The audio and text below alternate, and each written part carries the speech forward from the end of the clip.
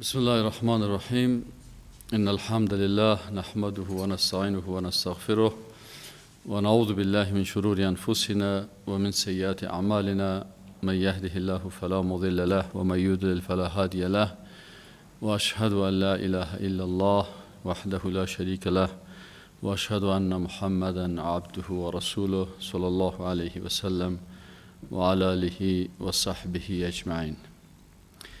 برادران عزیز، خواهران محترم، یک تعداد دوستا علاقمند ازی بودن که درسای توحید بخوانن، عقیده را بخوانن، و یک تعداد دوستای دیگه علاقمند ازی هستن که درس تفسیر بخوانن، تفسیر قرآن شوه، و یک تعداد دوستای دیگه علاقمند ازی هستن که موضوعات مختلف درس داده شود تا که موضوعاتی که مهم است از او استفاده شود. اگر یک کار بکنیم که هر سه زیر جمع شود، تفسیر، جمع عقیده، جمع موضوعات. مثلا از این کار میکردم، تفسیر اعتقادی هست، به شکل موضوعات اعتقادی تقسیم بندی میشه و اونجا باز شما مجبور هستین که هر کدامتان پیشتان یک جلد قرآن عظیم الشان داشته باشه. هر کس پیشش باید باز قرآن شریف باشه. امروز خود درس مقدماتی هست. وقتی که شروع میکنیم در داخل درس، هر کس قرآن شریف پیشش می باشه و اما موضوعاتی که اعتقادی هستن و در تفسیر من هر کدام از اونا رو ما و شما خوانده میریم. در ختم درس انشاءالله ما و شما ببینیم که ما قرآن عظیم الشان در ظرف 2 ماه ختم کردیم. حداقل 3 ماه باید ختم کنیم تفسیر. هم تفسیر ختم میکنیم و هم عقیده را ختم میکنیم و هم موضوعات مهمی که مربوط به عقیده و قرآن و تفسیر میشه. یکی از امیدهای زندگی معمی بود. زمانی که در زندان بودم سر از این تفسیر فکر میکردم که تفسیر نشته بکنم و تکمیل بکنم، ولی متاسفانه او وقت در زندان فرصت نوشتن نداشتیم، قلم نمیدادن و کتابچه و کاغذ هم نبود، کامپیوتر هم اجازه نبود، موبایل هم اجازه نبود. از این خاطر بعد از این که خلاص شدم یک مقدار سرش کار کردم. این درسی که ما بر شما میتم سر از این 20 سال کار شده. سفر کردیم، تحصیل کردیم، تا والا دویدیم. 20 سال 30 سال کار کردیم. 30 سال بعد سر از یک کتاب نوشته میکنیم. خلاصه زحمات 30 ساله را میخوایم بر شما در 3 ماه درس بدیم. شما خوشبخت هستین نیستین؟ چیزی که ما 30 سال یاد گرفتیم شما در چقدر وقت یاد میگیرین؟ در 3 ماه یاد میگیرین. علامه ابن قیم جوزی رحمت الله علیه یکی از علمای بسیار بزرگ اسلام است. کتاب‌های ازی اگر بخوانین، شناخت قرآن و شناخت دین، قرآن شناسی و دین شناسی در کتاب‌های ازی بسیار عالی هست. هر کس دین نمیشناسه، هر کس موحد حقیقی شده نمیتونه، هر کس مسلمان حقیقی شده نمیتونه. هر کس میگه من مسلمان هستم، لکن مسلمان حقیقی شدن بسیار مشکل است. یک وقت سر شرک در زندان بسیار خوب فرصت است برای زمین مسائلی که آدم فکر بکنه. وقت فکر میکردیم در داخل زندان، یک روز حساب کردیم 70 قسم تنها شرک است. یعنی 70 قسم کرونا است. ما از یک کروناگاه چقدر میترسیم. 70 قسم کرونا هست که مردم مبتلا میشن و نمیفهمن، غیر مستقیم در شرک داخل است و خودش قرار بیغم گشته میره و چی میشه. علامه ابن قیم جوزی رحمه الله یکی از علمای بزرگ است و قرآن شناس بسیار قوی هست. در جمله علمای احناف یکی از علمای بسیار بزرگ علامه ابن ابی العز حنفی رحمه الله هست که عقیده طحاویه را شرح کرده. در بین علما بعد از صحابه و تابعین و تبع تابعین این دو عالم بزرگترین علمای عقیده شناس و قرآن شناس هستند. سخنهای از اینا، هر سخن از اینا به اندازه که ارزش داره که انسان باید هر سخن از اینا را به هزارها دلار بخره و پیدا کنه و درک بکنه. این علما، یکی از این علما چی میگه؟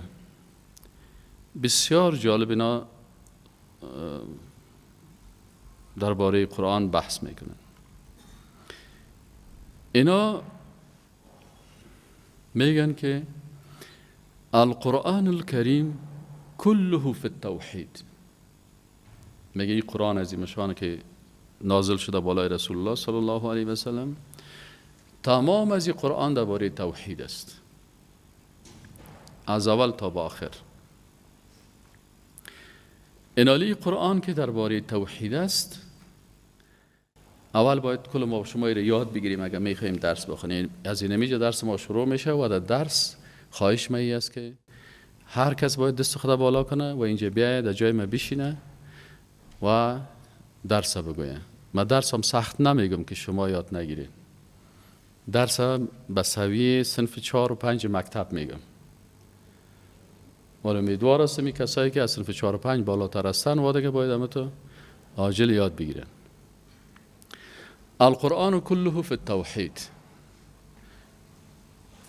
این نوشته کنین، قرآن تمامش درباره توحید است. تمام قرآن درباره چی است؟ توحید است.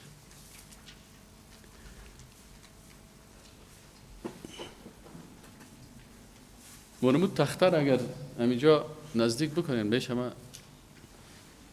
از اون تخته استفاده بکنیم با شما آسان تر بتانین.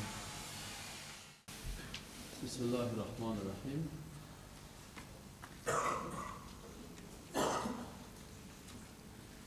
القرآن كله فی التوحید.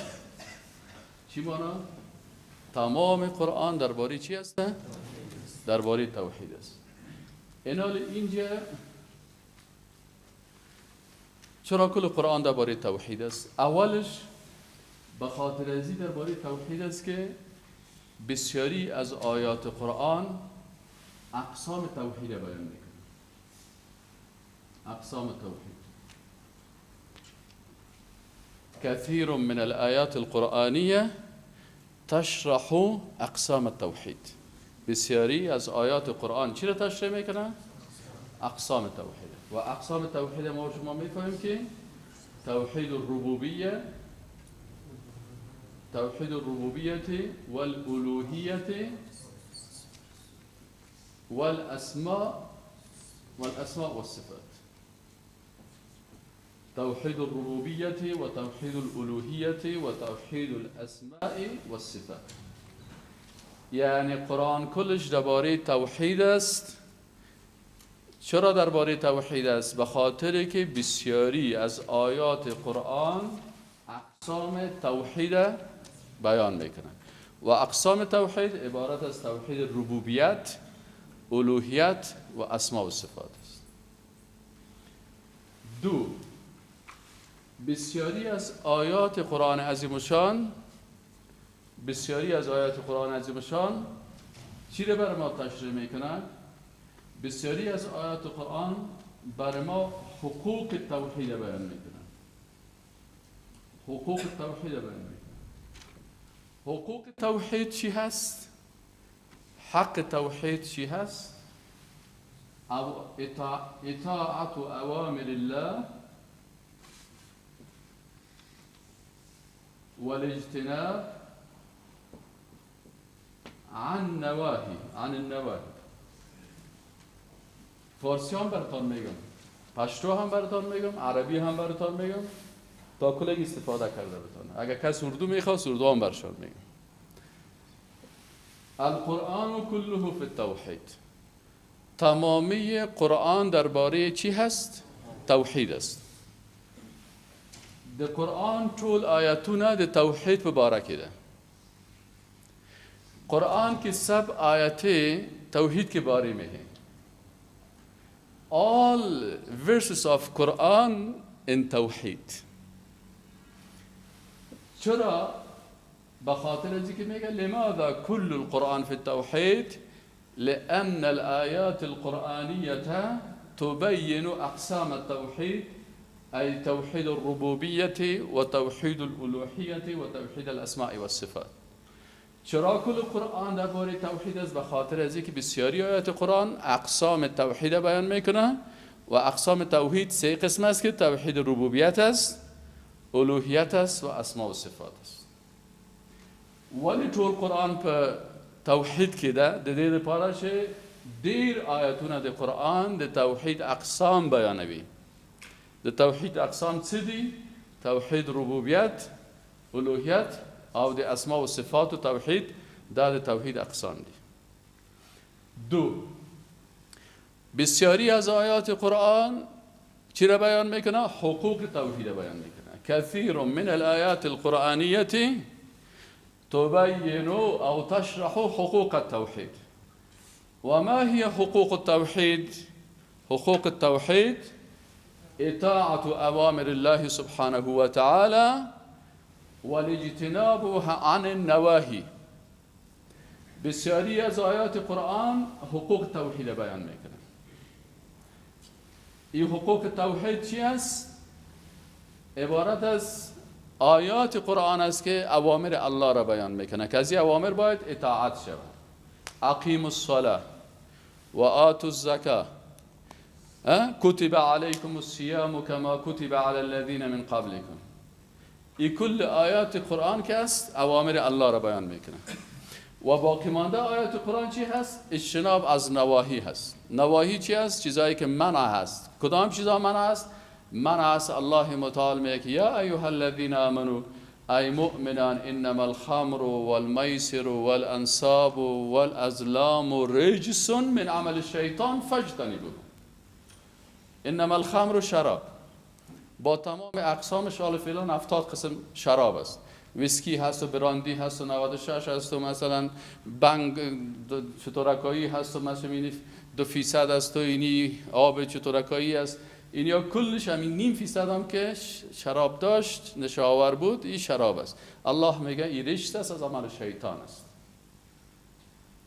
میسر قمار اگر به شکل کامپیوتری باشه لدوگکی باشه تا لدو باشه، متوجه هستی؟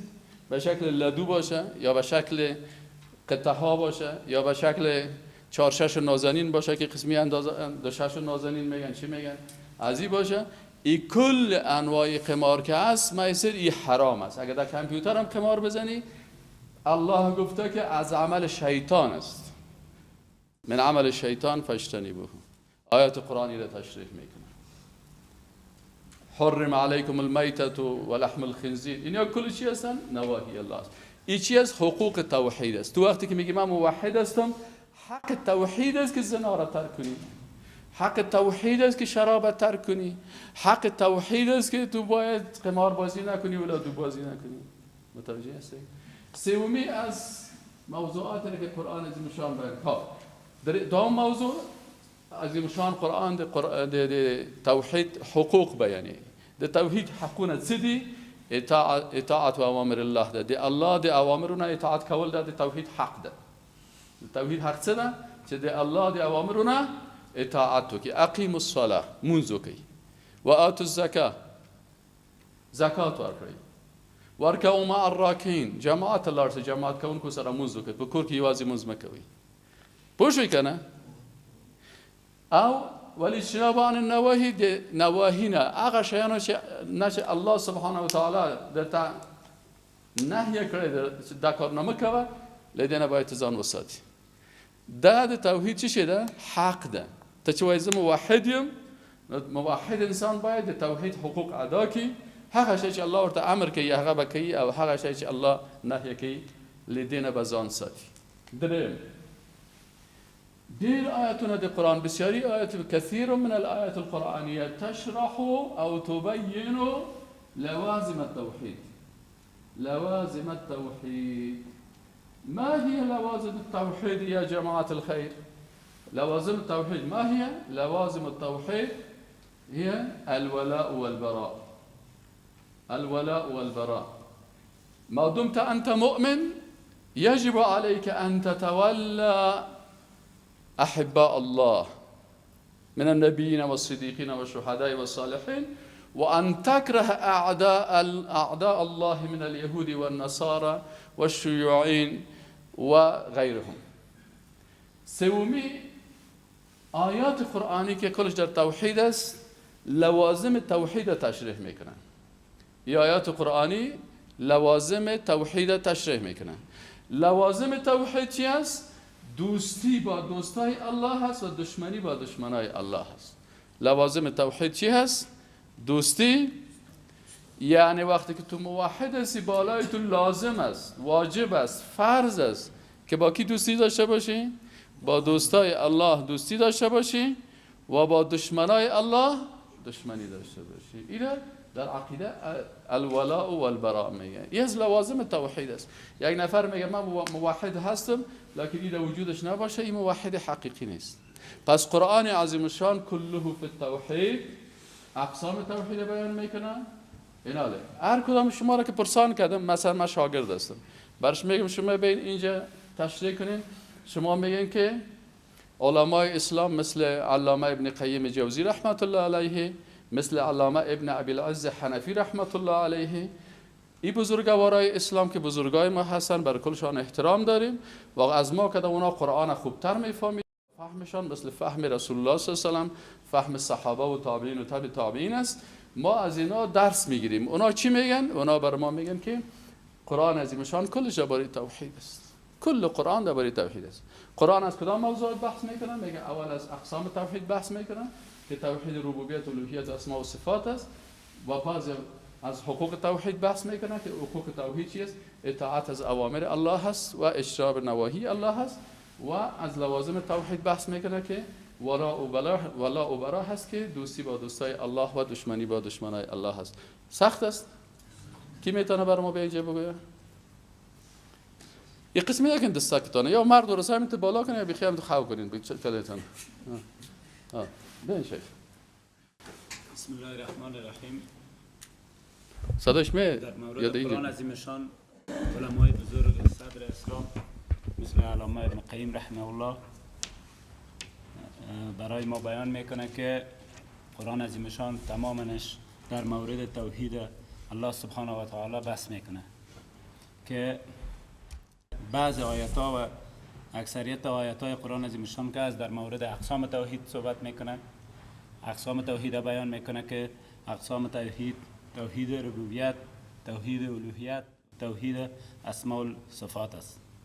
و اکثریت دیگر آیات های قرآن عظیمشان در مورد حقوق توحید بحث میکنه که حقوق توحید هم اطاعت از اوامر الله سبحانه و تعالی است و دیگر اجتناب از نواهی. و سوم اکثریت قرآن عظیمشان از لوازم توحید یا چیزایی که سر ما فرض است در توحید که ولا و برا است، دوستی با دوستای الله سبحانه و تعالی و دشمنی هم با دشمنان الله. دیگه ماشاءالله. السلام علیکم و رحمت الله. اعوذ بالله من الشیطان الرجیم. بسم الله الرحمن الرحیم.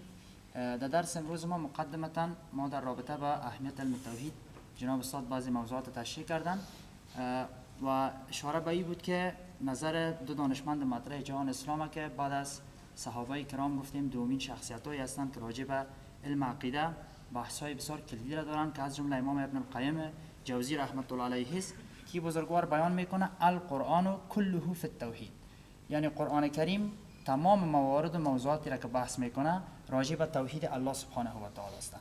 و البته وقتی که این قاعده را با اصطلاح این عالم بزرگوار بیان میکنه در استناد به او سه دلیل پیشنهاد میکنه. دلیل اول میگه اکثریت آیات قرآن کریم راجع به اقسام توحید هستند، یعنی اقسام توحید با ما تشریح و تبیین میکنن که ما در درس‌های عقیده خواندیم که توحید به 3 قسم است: توحید ربوبیت، توحید الوهیت و توحید اسما و صفات الله متعال است. این که توحید ربوبیت چیست، الوهیت چیست، اسما و صفات چیست، ان شاء الله درس‌های بعدی است. و بحث دومی که میگه بعضی از آیات قرآن کریم هستند راجع به حقوق توحید هستند، یعنی حقوق توحید و ما تشریح و تبیین میکنن. حقوق توحید چیست؟ اطاعت از اوامر الله متعال است که مثلا استاد اشاره کردن که الله متعال به ما گفته اقیم الصلاه و آتوا الزکات. این اوامری است که الله متعال به ما دستور داده که باید یا را اجرا بکنیم. و همچنین نهی و یا نکردن اعمالی است که الله متعال ما را به اون مأمور ساخته که کارها را انجام ندهیم، مثلا انما الخمر والمیسر والانصاب والازلام رجس من عمل الشیطان. و بحث سوم بیان آیات قرآن کریم در رابطه با لوازم توحید است که بحث لوازم توحید هم الولا و البراست که یعنی دوستی با دوستان الله متعال. یعنی ما وقتی معاهد کامل میشیم که دوستی ما با کسانی باشه که در حقیقت مطابقت با شریعت الله متعال باشه. دوستای الله هستند، صدیقین، شهدا، صالحین، اولیاء الله، کلشان دوستای الله. بله، من النبیین و صدیقین و شهداء و صالحین.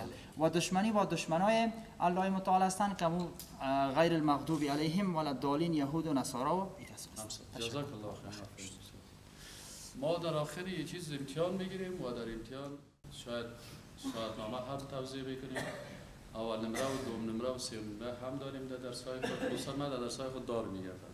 کار سلام می‌قسم کردیم و شاید بعضی دوستایی که تجارت اونا رو تشویق میکنیم اگر جوایز برای ما بیان ان شاء الله جوایز هم در این درس‌های خود خواهد داشتیم به خاطر تشویق دوستان. لکن اول نمره صرف کی هست؟ اول نمره صرف اینمی کسایی که سر تخته روزانه میخونن. 50% نمره از اینمی است. 50% دیگه باز در دیگه چیزایش هست. 50% از چی است؟ کسایی که عملا تصویرایشان اینجا باز من چک میکنم که این نفر 20 دفعه در سر تخته خیسته و این نفر دیگه هیچ چهرهش دیده نمیشه. حق کی است که اول نمره شود؟ کسی که اینجا سر تخته میخیزه و درس تشریح میکنه. چرا کسی که خیز و درس تشریح کرده سر تخته این در آینده یک داعی دعوتگر بسیار خوب. استاد داعی اگر فعال کرد باز میشه مثلا دیگر داعی ها باشن که احمد داعی و محمود داعی و جمشید داعی و عبدالرحمن داعی و بینی شد. و اگر در سر تخته نخیزه بازو دعوتگر شده نمیتونه. چرا؟ دعوت یکی از اساسات شمی است که انسان باید جرأت داشته باشه و در مقابل دیگران بسیار خوب بخیزه و صحبت کنه. یک نفر رقاص از رقص نمیشرمه. یا بسیاری مردم ها در روی سرکات سیگرت میکشن نمیشرمه. نسواری در روی سرک دادان خود مردانی را کپا میکنن نمیشرمه. ما تو از گفتن قال الله و قال رسول میشرمیم. باز اینجا ما شما در دنیا هم اول نمره نمیشیم، در آخرت هم اول نمره نمیشیم. در حالی که درس بسیار ساده و آسان است. کی یاد گرفت دیگه برای ما بگن؟ ماشاءالله بفرمایید. بسم الله الرحمن الرحیم. درس امروز ما اول که جناب استاد تشریح کردن درباره اهمیت توحید بود که از جمله امام ابن قیم جوزی رحمت الله علیه و سایر بزرگان دین که قرآن را از ما بیشتر میدانستند که بیان میکنن القرآن کله فی التوحید، یعنی قرآن کریم تمامش از توحید بحث میکنه. اول که بسیاری آیاتی که قرآن کریم به ما بیان کرده اقسام توحید است که باز ما توحید به 3 قسم تقسیم میکنیم که توحید ربوبیت است، توحید الوهیت است و توحید اسما و صفات است. دوم که از حقوق توحید است. حقوق توحید به این معنی که اطاعت اوامر الله و اجتناب عن النواهی، یعنی که چیزایی را که خداوند جل جلاله به ما امر کرده و را انجام بدیم و از چیزایی که ما را منع کرده و را انجام ندهیم. و سومش که از لوازم توحید است. لوازم توحید به این معنی که الولا و البرا. ولا به این معنی که دوستی کنیم با دوستان الله، با نبیین، صدیقین و شهدا و صالحین، و البرا و دشمنی کردن با دشمنان الله که همون یهود و نصارا می باشه. یک نفر به پختو خودش بخیزه کسی به پختو بایی رادیس. السلام علیکم و رحمت الله. نحمده و نصلی علی رسول الکریم. اما بعد فاعوذ بالله من الشیطان الرجیم. بسم الله الرحمن الرحیم. محترمین حضار، دیمو نننی درس په ارتباط د توحید کې دی. الله متعال په قرآن عظیم شان کې په رابطه د توحید کې متعدد آیاتونه بیان کړي. په هغه باره کې علامه ابن قیم جوزی و عبدالعزیز حنیفی رحمت الله علیه دوی د توحید په باره کې چې د مقدمینو علماو څخه دي دوی هغه توحید په څو بخش تقسیم کړی دي چې الله متعال قرآن کې دغه توحید القرآن كله في التوحید یعنی قرآن ټول توحید څخه بحث کوي او دغه توحید موږ او علمای سلف په څو بخش تقسیم کړي دي چې اقسام توحید ده حقوق توحید دی او لوازم توحید دی اقسام توحید بیا په درې بخشو څخه تقسیمیږي چې توحید ربوبیت دی توحید الوهیت دی او توحید اسماء و صفات دی دوهم ډیر کثیر آیتونه دي قرآن عظیم شان په ارتباط د حقوق توحید کې بحث کی چې دا حقوق توحید یعنی اطاعت اوامر الله چې اطاعت دی الله له اوامر وکړو څنګه چې الله وایي واقیموا الصلاه واتوا الزکات تاسې مونځ وکئ او زکات ورکئ یا بل آیت کې وایي اطیعوا الله واطیعوا الرسول تاسې اطاعت د الله او رسول وکئ فقط فاز فوزا عظیما تاسې کامیابیږئ په ستر کامیابي سره او بل ډیر زیات آیتونه دی قرآن عظیم شان په ارتباط دی لوازم د توحید بحث کوي چې هغه لوازم د توحید دا دی چې الولا والبراء الولا دا چې کوم دوستان دی الله چې هغه دی الله دوستان دی یا الله ته منظور دی دغه سره دوستی وکړو او د الله دشمنانو سره دښمنی وکړو. بسم الله الرحمن الرحیم. ما گفتیم که تمام قرآن کریم که هست درباره توحید است و قرآن کریم دو دانشمند بزرگی که اولش علامه ابن قیم جوزیه رحمه الله و علامه ابن ابی العز حنفی رحمه الله که هستن یا بسیار نظریه های مختصری که دارن در توحید و قرآن کریم بسیار از آیاتش که هست اولش در اقسام توحید است که اقسام توحید اولش ربوبیت و دومش الوهیت و سومش اسماء و صفات است. دوم بسیاری آیات قرآن کریم که از درباره حقوق توحید است که حقوق توحید اطاعت از اوامر الله و نهی و اجتناب از چیزایی که نهی شده. سومش که از لوازم توحید یعنی الولاء والبراء که دوستی با امر دوستای خدا شهدا و صالحین و برایش کسا با دشمنی با دشمنای خدا که مثلا یهود و نصارا و غیره. جزاک الله خیر. این سکن از هر همگی اون مثلا اگر خرد بود جوان بود کلان بود ریش سفید بود به حساب کلگی فهمیدم. چهارمیش که هست الرابع القرآن كله في التوحيد. اولا القرآن كثير من الآيات القرآنية تشرح أقسام التوحيد. ثانيا حقوق التوحيد. ثالثا لوازم التوحيد. ورابعا صفات الموحدين. بسیاری از آیات قرآن عظیم شان صفات موحدین بیان میکنه، صفات اهل توحید بیان میکنه. مثلا بیان میکنه که موحدین چی صفات دارن. و عباد الرحمن الذين يمشون على الارض حونا و اذا خاطبهم الجاهلون قالوا سلاما. این صفات موحدین هست.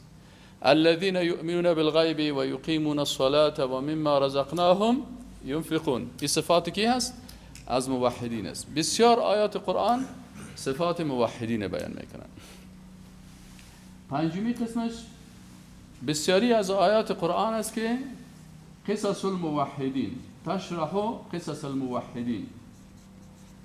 بسیاری از آیات قرآن است. چهارمیش که صفات موحدین بیان میکنه. پنجمش قصه های موحدین. كثير من الآيات القرآنية تشرح صفات الموحدين. وخامسا هناك آيات أخرى تبين أو تشرح قصص الموحدين. فارسی بسیاری از آیات قرآن است که صفات انسانهای موحد در قرآن عظیم شان بیان میکنه که کسانی که موحد هستن چی صفات دارن.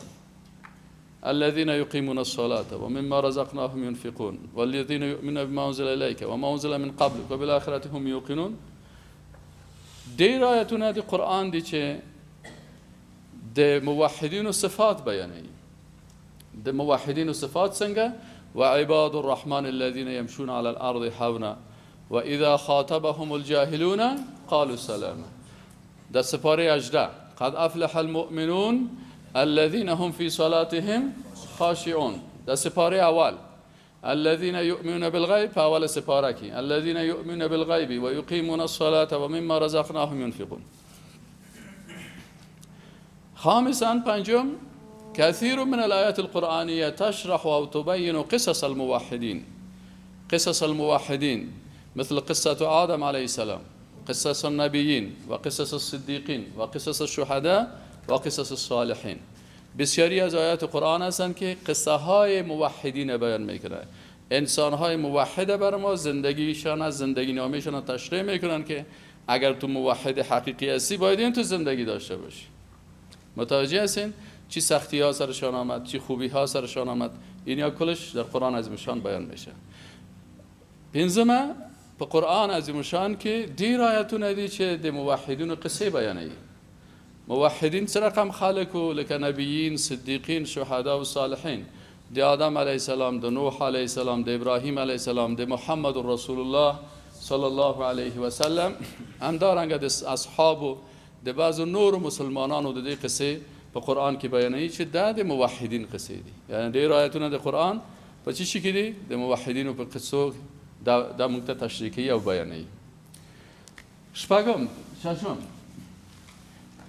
بعضی از آیات دیگه قرآن که هستن اینا كثير من الآيات القرآنية تبين جزاء الموحدين، جزاء الموحدين في الدنيا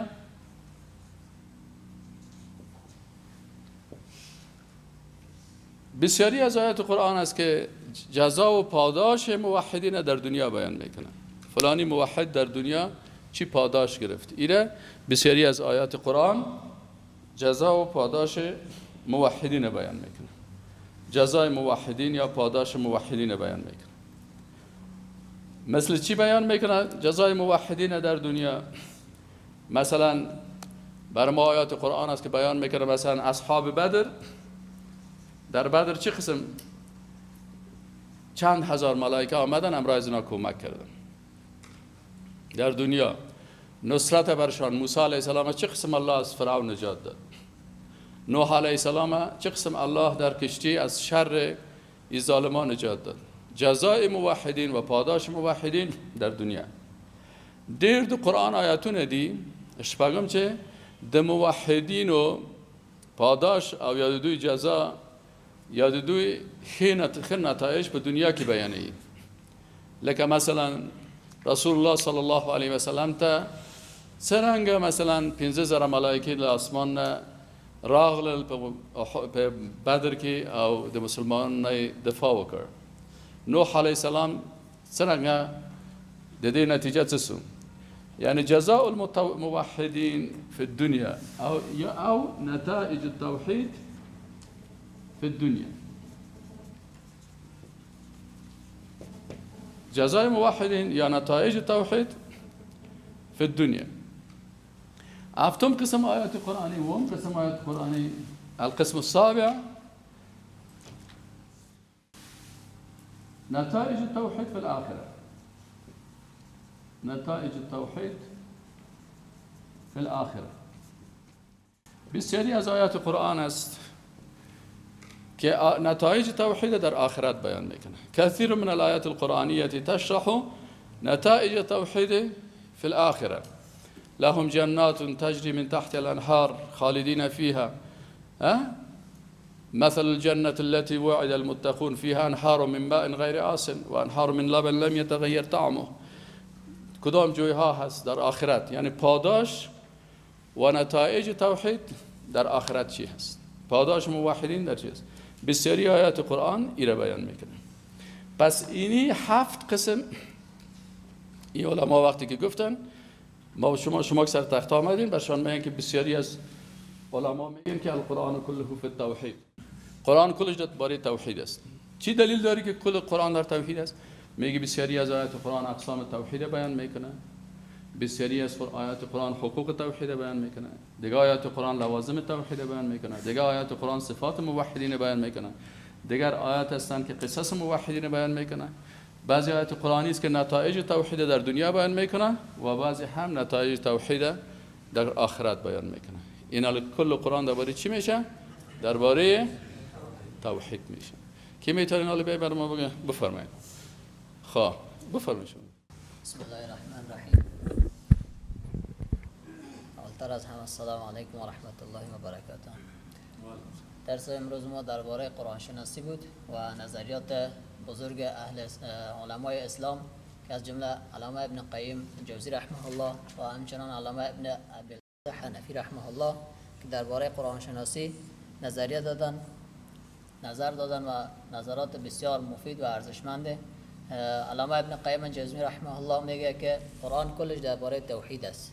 قرآن که نازل شده تمام مباحثش درباره توحید است و دلایلی که ما به خاطر از که گفته داریم که کل قرآن درباره توحید است چی است؟ این که بعضی از آیات قرآن اقسام توحید بیان میکنه که اقسام توحید ربوبیت، الوهیت و اسماء و صفات در قرآن بیان شده، همین سه اقسام است. و بعضی از آیات قرآن حقوق توحید بیان میکنه که توحید بالای مسلمان ها چه حقوقی داره که اطاعت از اوامر الله و اجتناب از نواهی الله تعالی است. این از جمله حقوق توحید است. و دیگه آیات قرآن کریم لوازم توحید بیان میکنه که لوازم توحید یا فرائض توحید بالای یک مسلمان چی است که الله و البراء، از دوستی با دوستای الله و دشمنی با دشمنان الله تعالی است. این از جمله لوازم توحید است. و بعضی از آیات قرآن کریم صفات موحدین بیان میکنه که از آدم گرفته و تا خاتم محمد صلی الله علیه وسلم و اصحاب رسول الله و دیگه صدیقین و شهدا و صالحین. و همچنان دیگر آیات قرآن کریم قصص الموحدین بیان میکنه که در قرآن کریم ما قصه های از آدم علیه السلام شروع و تا محمد صلی الله علیه وسلم ختم از انبیا علیه السلام قصه هایشان است و از صدیقین است و از شهدا و صالحین است که در قرآن بیان شده. و دیگر آیات قرآن کریم جزای موحدین در دنیا یا پاداش موحدین که در دنیا چه پاداشی دارن موحدین بیان میکنه. و دیگر آیات قرآن کریم نتایج موحدین یا بدله و پاداش موحدین در آخرت بیان میکنه که چه پاداشی الله متعال بر اینا در نظر دارد در آخرت. دیگه چی به علاقه کم اسلاید رو بالا کنیم. اساسا کوشش کنیم که در درس شریک شیم، باز ما علاقه‌مند بشیم، براتون آمادگی میکنیم. اگر نه باز ناقیم یکی استاد است یکی استاد، باز ناقی استاد میشیم براتون. بسم الله الرحمن الرحیم. ما امروز درباره قرآن شناسی خواندیم که در این مورد دو دانشمند بزرگ که علامه ابن قیم جوزی و علامه ابن العز حنفی میگویند که علامه ابن ابی العز حنفی میگن که القرآن كله فی التوحید، یعنی قرآن کلش که از درباره توحید است. و بسیاری از آیات قرآن اقسام توحید بیان میکنه که اقسام توحید یکیش توحید ربوبیت است، دیگهش توحید الوهیت، دیگهش توحید اسما و صفات است.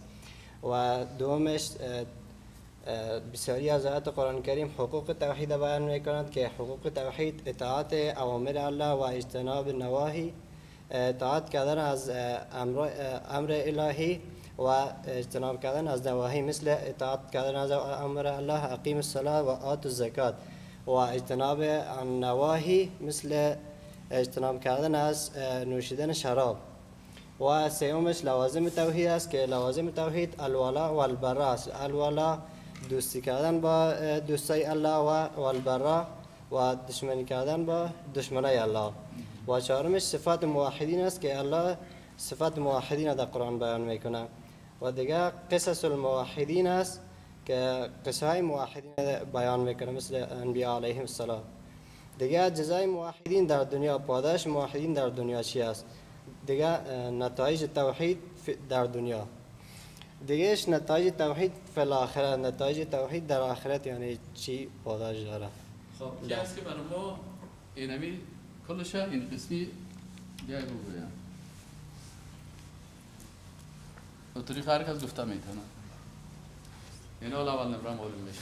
چند نفر اول نفر دارید؟ اور برادر بسم الله الرحمن الرحیم. با اجازه استاد محترم، درس امروز ما و شما راجع به عقیده بود که علامه ابن قیم جوزی رحمه الله از جمله علمای بزرگ و علامه ابن ابوالعز الحنفی رحمه الله که درباره از میفرمایند القرآن کله فی التوحید، تمام قرآن در مورد توحید است، در مورد یکتاپرستی خداوند است. اما نکته اول که قرآن، بسیاری از آیات قرآن اقسام توحید بیان میکنه. ما و شما خوندیم که 3 نوع توحید داریم: توحید الوهیت، توحید ربوبیت، توحید اسماء و صفات. و دومین بعضی از آیات قرآن کریم حقوق توحید بیان میکنه که قرآن کریم توحید بالای ما و شما چی حقوقی دارد؟ اطاعت عن اوامر الله و اجتناب عن النواهی، یعنی اطاعت کردن از اوامر الله متعال، آنچه که الله متعال ما و شما را امر کردن، نماز بخوانین و زکات بدهین، و همچنان نواهی از اوامر الله متعال، اجتناب از نواهی الله متعال. از چه چیز ما و شما را منع کرده؟ فرموده انما الخمر والمیسیر والانصاب رجس من عمل الشیطان فاجتنبوه لعلکم تفلحون. در مورد شراب، شما از شراب، از قمار، از این چیزا اجتناب کنید. و همچنان سومین نکتهش در مورد لوازم توحید. چی لازمه دارد توحید؟ دوستی کردن با دوستهای الله متعال و دشمنی کردن الولا و البرا. دوستی کردن با دوستهای الله متعال یعنی با پیامبرا، با کسایی که پیامبرا را دوست داره، و همچنان دشمنی کردن با اشخاصی که پیامبر و همچنان دین پیامبر را منع میکنن. و همچنان نکته بعدی صفات الموحدین: و عباد الرحمن الذين يمشون على الارض هونا و اذا خاطبهم الجاهلون قالوا سلاما. و نکته بعدی قصص الموحدین. صفات موحدین چی صفات دارن؟ اصحاب کف انهم فتیه آمنوا بربهم و زدناهم هدى. و همچنان در مورد نکته بعدی نتایج صفات موحدین در دنیا. اصحاب بدر خداوند در دنیا چقدر کمک کرد، و همچنان نتایج در آخرت لهم جنات تجری من تحتها الانهار و ما علینا الا البلاغ. جزاک الله خیر. این میگن اول نمره به این تا اول نمره باشه که لازم یاد خود میگفته میره، آخر نمره رو باز کلای کار خدا پات میگیره. از روز اول میشناسیشه، من میشناسم آخر نمره کلی تا پات بسم الله الرحمن الرحیم. زموږ نن درس چې و د قرآن پیژندګلوۍ په اړه و. د قرآن د پیژندګلوۍ په اړه دوه علما چې هغه د صدر الاسلام علما دي، یو چې د علامه ابن القیم الجوزی رحمت الله علیه، او بل چې د علامه ابن ابي العز الحنفي رحمت الله علیه، دا خپل نظر ورکوي او موږ ته قرآن کریم داسې تعریفوي. بسم الله الرحمن الرحیم دا چې وایي القرآن كله في التوحید. قرآن کریم چې دی دا ټول د توحید په اړه دی، ټول آیتونه د توحید په اړه دي، ټول آیتونه تشریکوي توحید. اول دلیل چې دوی راوړي، اول چې دی هغه چې د قرآن کریم زیاتره آیتونه چې دي هغه اقسام التوحید تشریکوي. اقسام التوحید، اقسام توحید یعنی د توحید ډولونه. توحید په 3 ډوله دی چې هغه یو ربوبیت دی، الوهیت دی، او بل چې دی اسماء او صفات. اقسام التوحید نه وروسته دوهم دلیل چې دوی راوړي هغه د حقوق التوحید دی. حقوق التوحید چې څه دی؟ حقوق التوحید اطاعت اوامر الله والاجتناب عن النواهی. د توحید حقوق یعنی اطاعت کول دي د الله جل جلاله، الله جل جلاله د امرونو نه. لکه الله جل جلاله امر کوي په قرآن کریم کې چې تاسو لمونځ وکړئ، زکات ورکړئ، والاجتناب عن النواهی، او هغه امر کوي چې تاسو د نواهیو نه ځان وساتئ او هغه مه کوئ لکه چې وایي چې تاسو قمار او شراب او دا مه خورئ. او دریم چې دی هغه دریم دلیل چې دوی بیانوي لوازم التوحید دی. لوازم التوحید بیا لوازم التوحید دا دی چې الولاء والبراء، د الله د دوستانو سره تاسو دوستي وکړئ او د الله د دشمنانو سره تاسو دشمني وکړئ. څلورم چې دی دلیل چې دوی راوړي هغه صفات الموحدین دي. صفات الموحدین یا د موحدین څه ځانګړتیاوې لري لکه انبیاء علیه السلام او داسې نور صفات الموحدین. او پنځم زیاتره آیتونه د قرآن کریم چې دي هغه صفات قصص الموحدین دي، یعنی د موحدینو په اړه، د موحدینو د ژوند په اړه په هغې کې قصص کیسې راغلي، لکه د انبیاء علیه السلام کیسې، د یوسف علیه السلام کیسې، د موسی علیه السلام کیسې او داسې نورې، او د نورو موحدینو خلکو. او اووم چې شپږم چې دی نتائج التوحید فی الدنیا ده نتائج التوحید فی الدنیا ده مثلا د اصحاب بدر سره الله جل جلاله 15000 ملائکه د دوی د مرستې لپاره راولېږي. همدارنګه د یوسف علیه السلام سره مرسته وکړه او موسی علیه السلام د فرعون له شر څخه وساتي او همداسې نور. او بل چې دی هغه نتائج التوحید یا جزاء التوحید فی الاخره، په آخرت کې د دوی لپاره څه تیار شوي دي، د دوی نتایج او ثمره او جزاء لکه جنت چې رسول الله صلی الله علیه وسلم د جنت په اړه فرمایي اعددت لعبادی الصالحین ما لا اعین رأت ولا اذن سمعت ولا خطر على قلب البشر. ایما د صالحین بندگانو لپاره داسې جنت تیار کړی چې اعددت لعبادی ما لا اعین رأت، چې نه کوم سترګو لیدلی، ولا اذن سمعت او نه کوم غوږونو د هغه په اړه څه اورېدلي، ولا خطر على قلب البشر او نه د بشر په زړونو کې د هغه تخیل او جزاک الله خیر. شاباش، آفرین، بارک الله خیر. اینا که میتونم این درس امروز در این دقیقه متوجه کنه شاید تو تأسیس بگه کی سر حافظه خود اولنده قوی کار داره بود که در این دقیقه تا داده هر کس گفتم میتونم کنن کس که تأسیس بگه بر از بگه خلاص کل خلاصش هم تو تأسیس بگه نیم دقیقه ساعت مسائل بکنم. خلاص کل درس ما اینمی بوده که ما خوبتر که اگر اسلام و قرآن بفهمیم باید با رو ببریم که اونا یکی از قایدار را یکی از علمای سلف صالح بر ما پیش کرده که گفته که القرآن كله فی التوحید، یعنی همگی قرآن یعنی اکثر از آیات قرآن در مورد توحید می باشه که توحید بعضی از آیاتی از قرآن شریف در مورد اقسام از توحید است، بعضیش از حقوق توحید است، بعضیش از در مورد لوازم توحید است و بعضیش در مورد قصص و صفات موحدین است و بعضیش در مورد نتایج دنیوی و اخرویش میباشد. جزاک الله. دیگه که میتونم ما خوب تیز از یاد کرده تیزتر بخوری. بسم الله الرحمن الرحیم. درس امروز ما درباره قرآن شناسی. علامه ابن قیم جوزی رحمه الله درباره قرآن شناسی میگن که القرآن كله في التوحید. لماذا؟ كثير من الآيات القرآن الكريم تشرح أقسام التوحيد، وكثير من الآيات القرآن الكريم تشرح حقوق التوحيد، وكثير من الآيات القرآن الكريم تشرح لوازم التوحيد، وكثير من الآيات القرآن الكريم تشرح صفات الموحدين، وكثير من الآيات القرآن الكريم تشرح قصص الموحدين، وكثير من الآيات القرآن الكريم تشرح جزاء الموحدين في الدنيا، وكثير من الآيات القرآن الكريم تشرح جزاء الموحدين في الآخرة. بارك الله فيك. دیگه کی میتونه برام السلام عليكم ورحمة الله وبركاته. نحمده ونصلي على رسوله الكريم أما بعد. دموږ درس خو توحید مبارک او توحید مبارک د سلف صالح اقوال. اول عبدالعزیز حنفی رحمه الله و امام ابن قیم جوزی رحمه الله فرمایی القرآن كله في التوحید.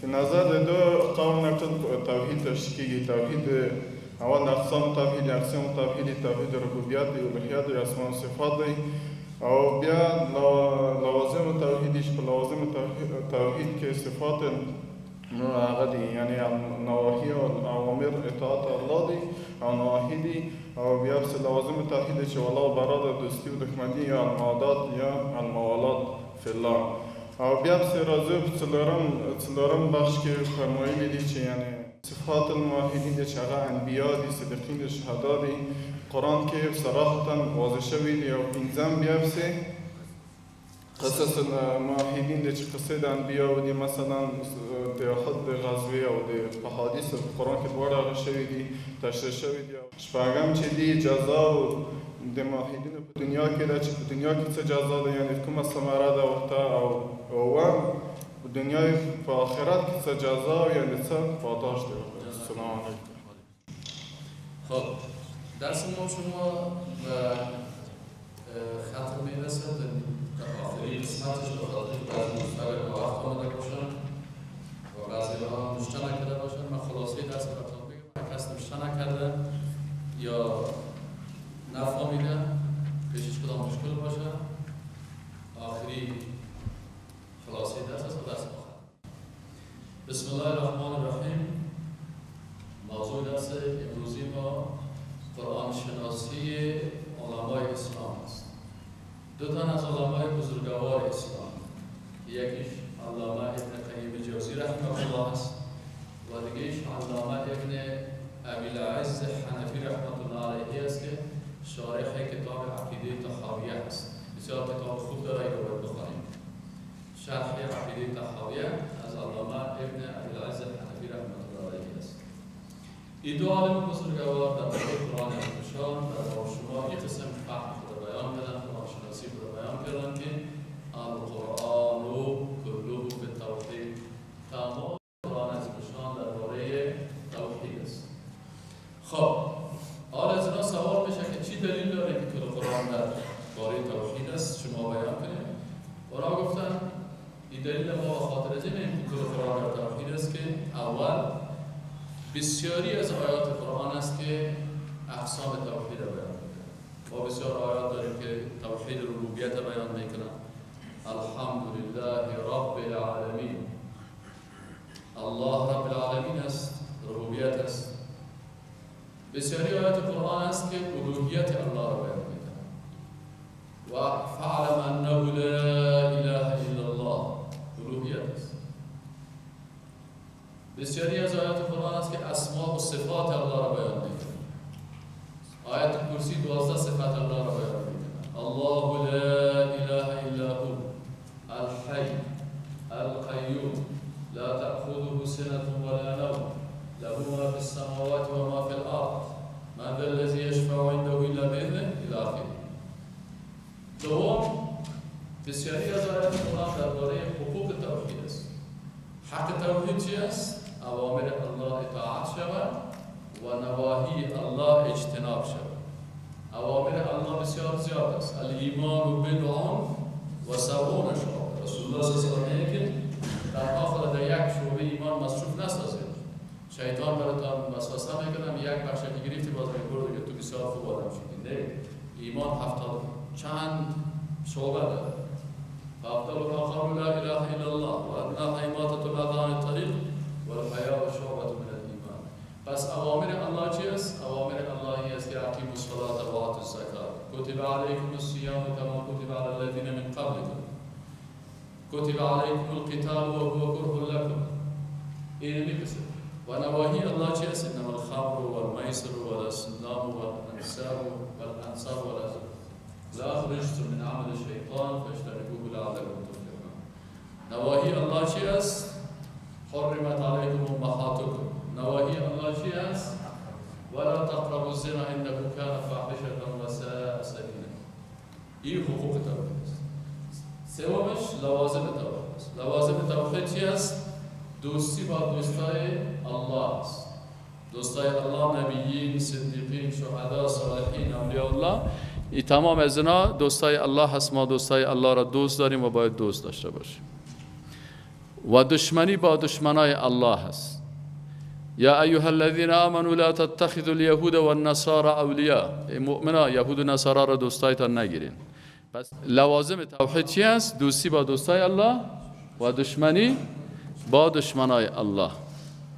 خب چهارمیش صفات موحدین است. قرآن عظیم شان بسیار آیاتش برای ما صفات موحدین تشریح میکنه تا ما بشناسیم که یک موحد چی صفات می داشته باشه. از جمله صفات موحدین چی است؟ یکی از صفات موحدین مثلا در سوره بقره الله متعال میگه که ذلك الكتاب لا ریب فیه هدى للمتقین. اول متقیان موحدین کی هستند؟ الذين يؤمنون بالغيب ويقيمون الصلاة ومما رزقناهم ينفقون والذين يؤمنون بما أنزل إليك وما أنزل من قبلك وبالآخرة هم يوقنون وعباد الرحمن الذين يمشون على الأرض حونا وإذا خاطبهم الجاهلون قالوا سلاما. در سپاره اجرا مثلا قد أفلح المؤمنون الذين هم في صلاتهم خاشعون. این باز درسای ما شما در جریان می. بعد از او چهارمی چی هست؟ بسیاری از آیات قرآن قصه های موحدین بیان میکنن.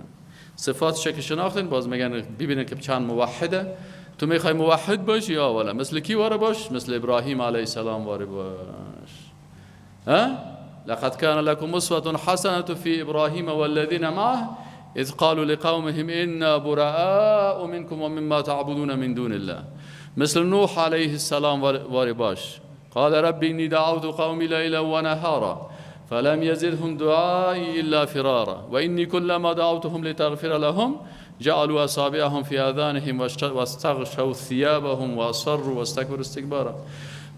موحد می باشی مثل کی باره باش؟ مثل محمد رسول الله صلی الله علیه و سلم. محمد رسول الله والذین معه اشداء على الكفار رحماء بینهم تراهم رکعا سجدا یبتغون فضلا من الله و رضوانا.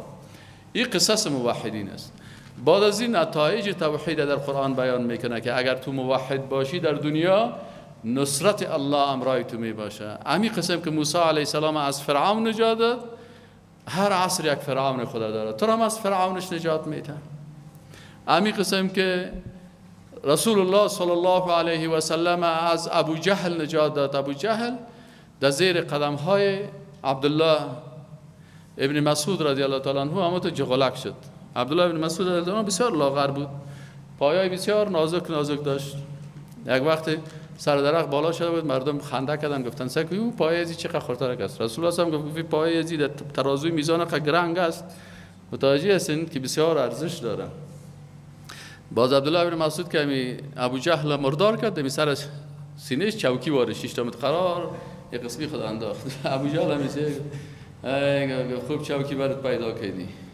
گفت چوکی الله هست برات داده. اجازه موحدین از در کجا؟ در دنیا نوح علیه السلام، ابراهیم علیه السلام، موسی علیه السلام. ابراهیم علیه السلام در آتش نجات داد، موسی علیه السلام در آب نجات داد. متوجه هستین؟ دیگه این پاداش موحدین در دنیا هست و بسیاری دیگه آیات قرآن پاداش موحدین در کجا بیان میکنه؟ در آخرت بیان میکنه.